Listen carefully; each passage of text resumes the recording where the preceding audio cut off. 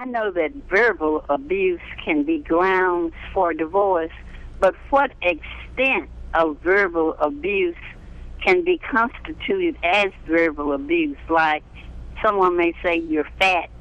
Is that verbal abuse, or does it have to be more damaging to the person's id and ego? Okay, I guess first, Matthew, if you could give us a definition of verbal abuse, but also tell us what are the grounds for a divorce in Mississippi? All right. Dottie, there's 12 grounds for divorce in Mississippi, and what you're talking about is going to be classified as habitual, cruel, and inhuman treatment, and verbal abuse is an element of habitual, cruel, and inhuman treatment. And verbal abuse can be grounds for divorce. Unfortunately, Dottie, it's tough to do in Mississippi. And one of the problems is it has to be habitual. And habitual means constant, and that means all the time. It's not just occasionally, and it's not just if you have arguments. So habitual is going to mean all the time.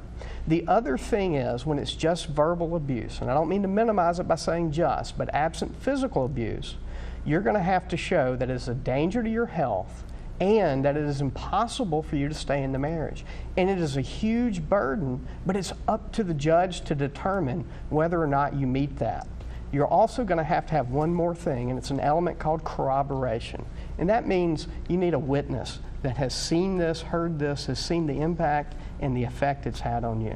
Okay, and Rocky, what could you add to help Dottie out tonight? Well, Matthew said that it's up to the judge, and that's a big difference between what I do and what Matthew does, because my cases are normally in circuit court, whether it's a car wreck or medical malpractice case, and there's a jury of your peers. In Chancery Court, where Matthew practices the family law cases and the divorces, it is a judge trial, and the judge is going to be the person that determines a he said, she said dispute.